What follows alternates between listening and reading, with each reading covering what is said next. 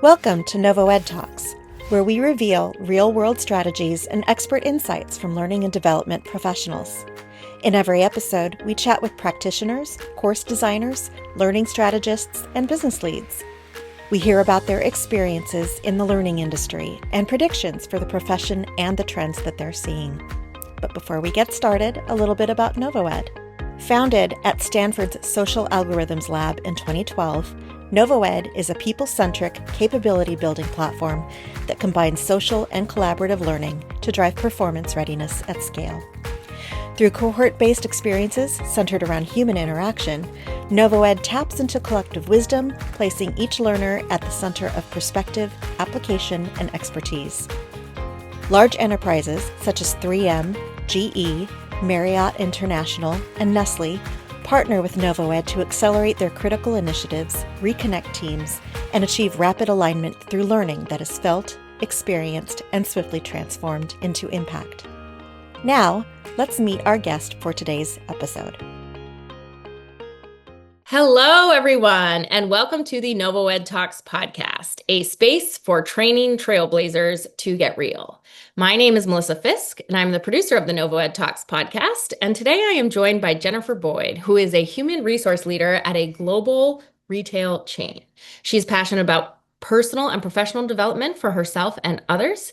And as a result, she has made career choices that provides a platform for her to live out this passion.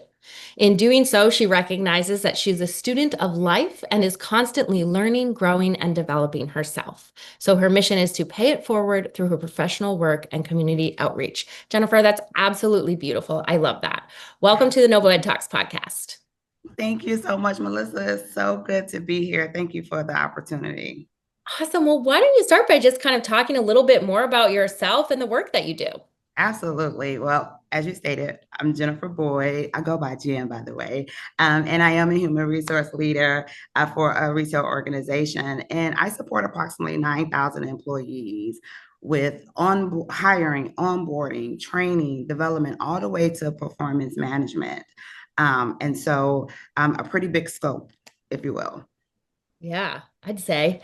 And 9,000 employees, that's no joke. Who are some of these learners and what are the challenges they face? Yeah. So when I think about the onboarding and hiring, right, we're talking from roles from entry level all the way to leadership. And I think that, well, not I think, I know anybody that comes into a new organization really are a learner at best, right? And they may have skills and possess some core competencies that they bring to the table, but they're still a learner in terms of how we do it within our organization. And I think that when I think about the challenges that I continuously see, is not as much from the learners and more it is from the leaders.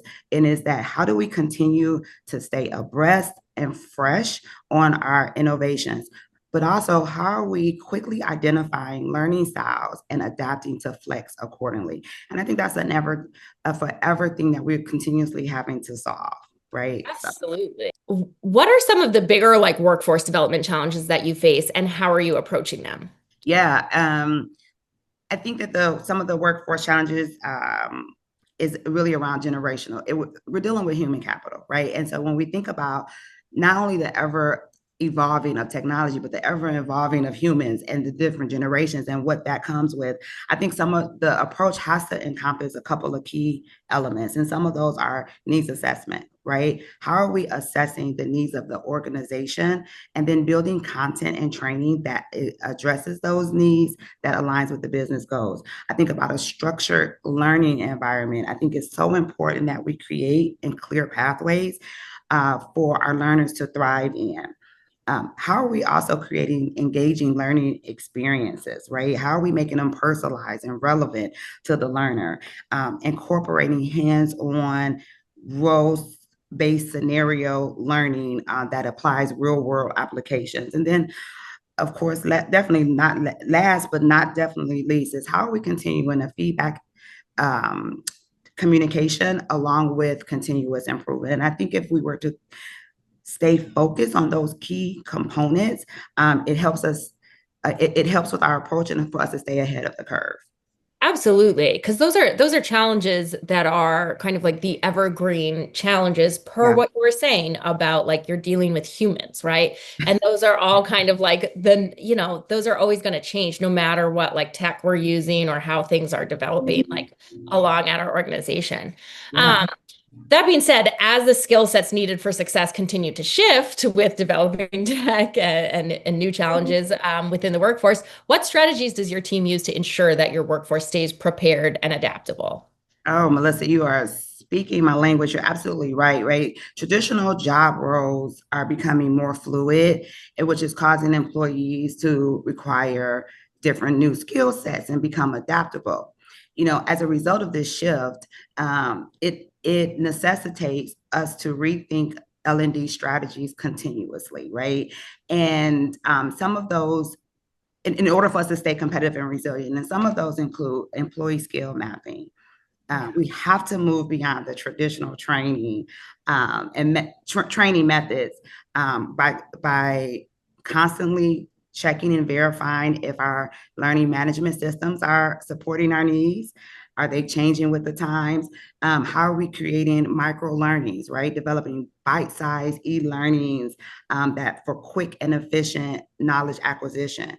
We could go on and on, interactive trainings, virtual reality, AI, all of these things to provide a personal learning environment that applies to the real world, I think really helps increase retention and engagement. But then even beyond that, you think about social learning, right? How are we creating collaborative environments, blending learnings, online and offline trainings, in-app trainings for our on-the-go learners, right? How are we making it convenient for them? So I am a huge fan of implementing comprehensive L&D strategic approaches so that it puts us in a better position to improve employee engagement and achieve success. Yeah, absolutely. I think that's so important, and that's amazing that you all are doing that. How does your team kind of assess and address skills gaps in order to stay agile? Yeah, one of the ways is kind of like part of how we measure success, right? I think how do we keep a beat on that? And one of the things, of course, is through our knowledge checks. We take a look and see how are people scoring on that, which kind of gives us some directional data in terms of retention, but it's not necessarily solid proof. So we have to dig a little deeper, right? We also look at the participation rate. How many employees or learners are up to date on their training and taking advantage of their training or even prioritizing their training. In addition to that, we have surveys where we want to get feedback from the actual learners. Then we also have sessions where we talk to the leaders of those learners to say, hey, how has this training improved production or performance? And so we gather all that data and then compare it to other KPIs of the organization, which are retention and turnover, right? What is the retention rate within the first 90 days, 6 months, and 100, and on. And then we do the same for turnover. And then from there, that really gives us an opportunity to dig deep and understand where the is true gaps. How do we address those gaps? And then how do we continue to rinse and repeat to continue to stay abreast of what we need to do and how we need to flex according to the needs of our organization? Absolutely. And I love that was my next question about what some of your core KPIs are, but I love that you've combined kind of both of those things because they do go kind of hand in hand. It's like, yes, you're assessing skills gaps, but I do think that it makes sense to like have that included while you're assessing the skills gaps while you're also looking at the core KPIs. Because if you're not hitting the core KPIs, there's got to be some gaps there. So Yeah. they do kind of go hand in hand. And I love that you've combined that. You're so right. And to your intro, keeping it real, like we do know, right, that the e-learnings and the online learnings, while they're great and efficient, it doesn't necessarily assess whether there's retention there, Yeah, right? right. And so Absolutely. we know that many learners click through and don't even read the content and just get to the end of the questions or retake them because we don't have a limit on that. So that's why it's so important to dig deeper to really understand Yeah. whether or not this training is effective or not. and Yeah. mitigate that as much, mitigate the circumventing as much as possible to really make sure we're producing quality work. Absolutely. Absolutely. Do you have an example of a successful case study or an L&D initiative that you've participated in that you can say, very confidently, it like significantly impacted employee performance? Yeah. So a few years ago, we created or launched, I should is a better word. We launched a mentoring program.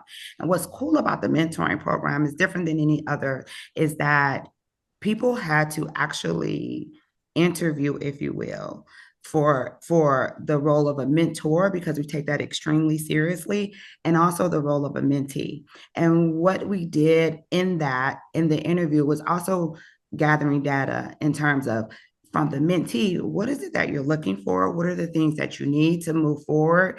And then from the mentor, what are the things that you can bring to the table? And what we did was take both of those sets of data and try to match them accordingly so that we can ensure an optimal relationship or situation, at least starting out, right? And so that was super duper cool, because some of the successes that we've seen were very key. One being that it builds networking for the mentee, right? They're able to expand their network, but also the mentor, right? Yeah. Is a duality there. And then secondly, it gives insight to the mentee for the next level role, while also building business acumen capability. And so after the program, you can't unlearn that. So you take that back Yeah. into your four walls, and what you see is an internal confidence that is based on knowledge, exposure, and partnership. And so now that is in your four walls, and it has seen a significant increase in performance and employee engagement. Now, the icing on the cake is if you have mentees that go on as a result of this to do their career aspirations. And we've seen a 5% increase of that, but that is not necessarily the main goal, right? The main goal is those three things that I just talked about. So yeah, so that's an example of a case study where mentorships that, sponsored by L&D, has really improved the success of our organization through performance and employee engagement.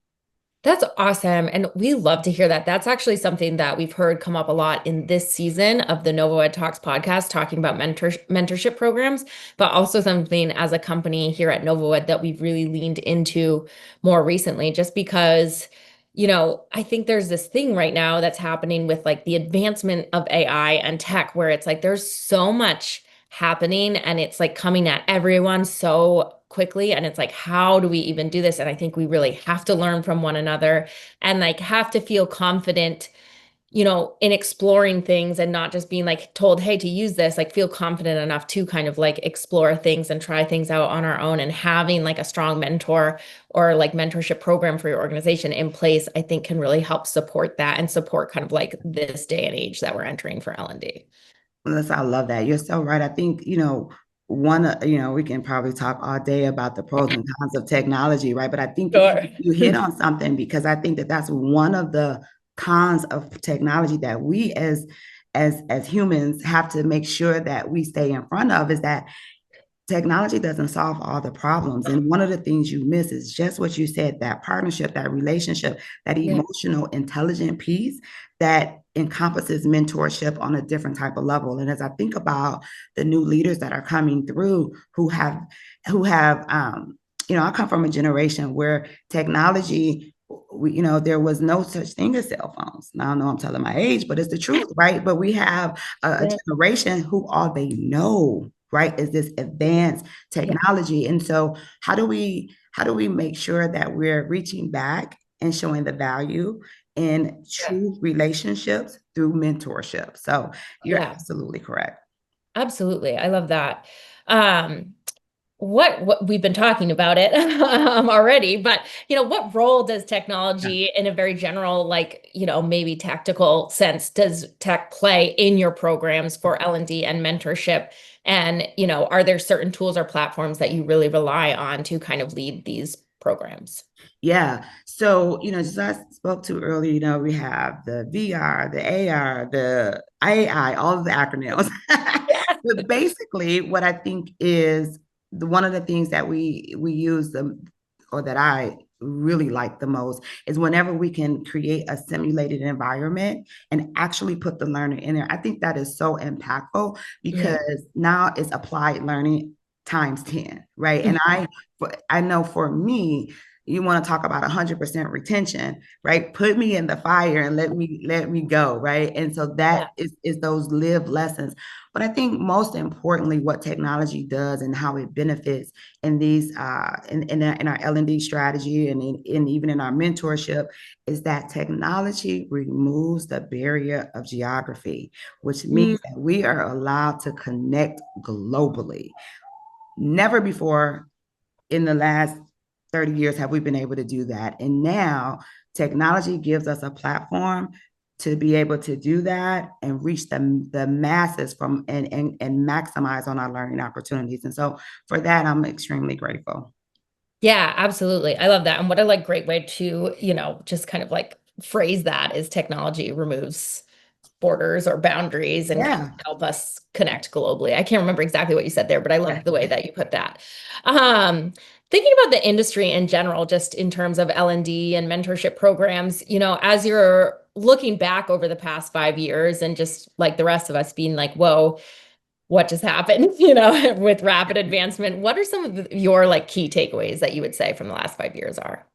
It's interesting as I think about the key takeaways is the same thing is what we have is what will fuel our approach for future, and that is staying abreast, aware, updated, trained on the new innovations, and not that we incorporate every new innovation that comes along, because sometimes at this moment it may not fit the exact need. However, if a need comes up and you're aware, trained, and immersed, then you'll always be able to pull that forward to stay ahead. So I think that the key takeaway is education, learning, right? And what is the approach?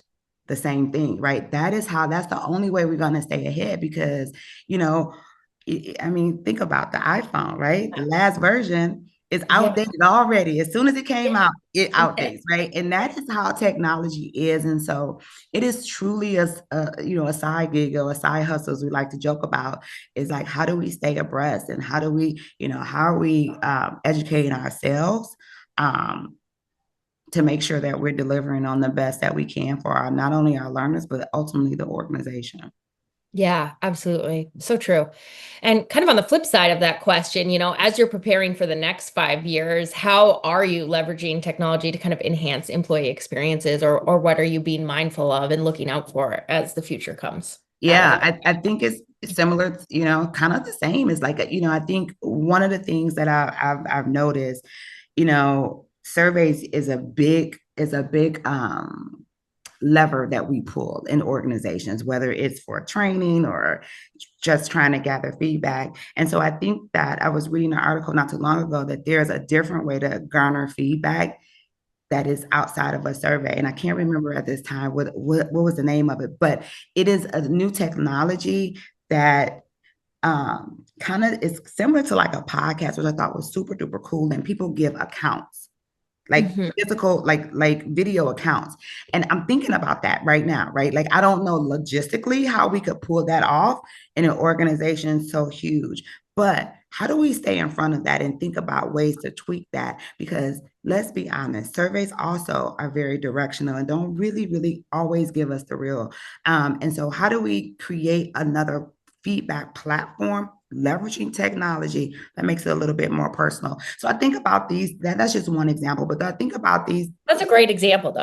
Yeah, I think about It's something that everyone uses, right? Sorry, not to yeah. interrupt, but No, like no, that's no, you're something fine. everyone uses, right? Yeah, Like everyone uses surveys. Like still, almost every time we ask about like how people assess their programs or even like check for skills gaps, like almost everyone's answer and mentions surveys at some point in that yeah, answer. So that I yeah, think that hits the nail on the head and is very insightful. Like that. yeah. Okay, but that's still being done the same way it's always been done. So what is that going to look like, Yeah, it's moving very forward? antiquated. Yeah. Yeah, Yeah. right. Like so. Yeah. Yeah. No, that's great. That's great. And sorry, I didn't mean to interrupt you Oh there. Did you no, have you're fine. anything else you wanted to say about that? No, No, I think that's a no, great no. Yeah. example. Jennifer, as kind of a, or Jen, excuse me, No, sorry. either way. As kind of a fun send off to end on a positive note, what's the most important lesson that you've learned as a leader that you would pass on to someone just stepping into a leadership role or just starting out on their journey? Yeah. You know what? I will say this, and it's so not cliche. It just happens to fit in our setting. But as I stated, like, as you shared in my intro, I just believe that it doesn't matter what sector, what career that you choose, what level you're in, you have to stay a learner. I think that so often we believe that as we continue to go up the ladder, the corporate ladder, as they say, that there becomes this sense of knowing all things. And it is my sentiment that when you do that, or when one takes on that, they have a closed or a fixed mindset, as we like to say, right? And so it's so important to continue to remain open and to be a learner, a student of life, as I talk about in every single personal, professional interaction, because even in those interactions, and some moments you're the teacher, some moments you're the learner, but you have to be open to be both. And that is how you develop personally, professionally, and ultimately be a good human. So that's the advice I would have. Stay curious. I love that. I think that's great. And I love that phrase, being a learner of life, because I think it's true. Like there's always, don't get comfortable or confident that you know all because something will knock you right off your right off your Oh feet. my God, Melissa, you get humbled real quick. Yeah. And I tell people all the time, I don't care if it's from the janitor to the CEO and all in between, I can learn. No matter what, doesn't matter what my role is, I can learn from anybody. And in my 100%. personal life, from the unhome to, whoever I have the most greatest respect for, there's always a learning opportunity, a learning moment. And we have to be dialed in to maximize that, or we miss an opportunity to grow. Absolutely. I couldn't agree more. Jen, it has been an absolute pleasure having you on the NovoEDTalks podcast today. Thank you so much for joining us. Thank you, Melissa. It's been amazing. Awesome. Well, and thank you to our listeners for tuning in to another episode of the NovoEDTalks podcast. Yes.